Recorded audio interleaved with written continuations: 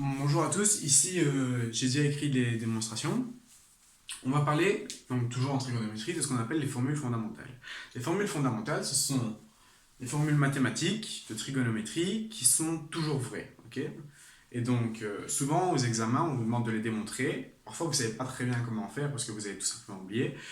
Et donc ici j'ai mis les deux plus connus parce que c'est les deux qu'on utilise le plus souvent.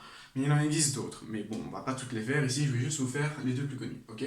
Première formule fondamentale nous dit que le sinus carré d'un angle plus le cosinus carré d'un angle est égal à 1. D'accord. On sait que le sinus c'est O sur H. Et que le cosinus c'est A sur H. On les élève au carré. On va obtenir O au carré sur H carré plus A carré sur H carré qui est égal à 1. Ok.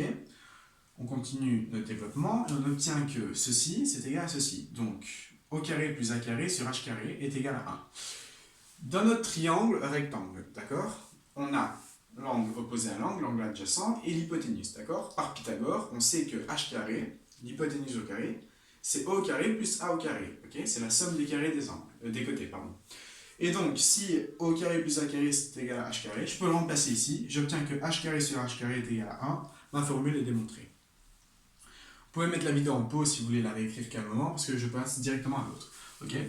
L'autre nous dit que le sinus d'un angle divisé par le cosinus d'un angle, c'est la tangente de l'angle. D'accord. Et donc, comment le prouver? Eh ben, on va avoir O sur H, okay, qui est égal au sinus, divisé par A sur H, qui est égal à O sur A. Voilà. Quand on divise une fraction par une fraction, ben, en fait, on fait la fraction fois l'inverse de celle qui divise. Je m'explique. Si vous divisez par 1/2, okay, en soi, vous allez faire fois 2. Car, allez, prenez un paquet de 10 bonbons, d'accord. Et vous allez diviser ce paquet de 10 bonbons en des demi-bonbons. À la fin, vous allez avoir 20 demi-bonbons, c'est logique. Et donc, vous êtes passé de 10 à 20. Donc en soi, vous avez divisé par un demi, mais vous avez fait x2. Ici, c'est ce qu'on fait. Quand on divise par une fraction, on fait fois l'inverse. Okay. Et donc, fois l'inverse, inverse du cosinus, c'est h sur a. D'accord. Les h vont se simplifier, on obtient que O sur a est bien égal à O sur a. Nos formules fondamentales sont démontrées. Et en fait, ces formules vont nous servir très souvent quand on va faire des calculs en trigonométrie et vous allez voir qu'elles ne sont pas inutiles.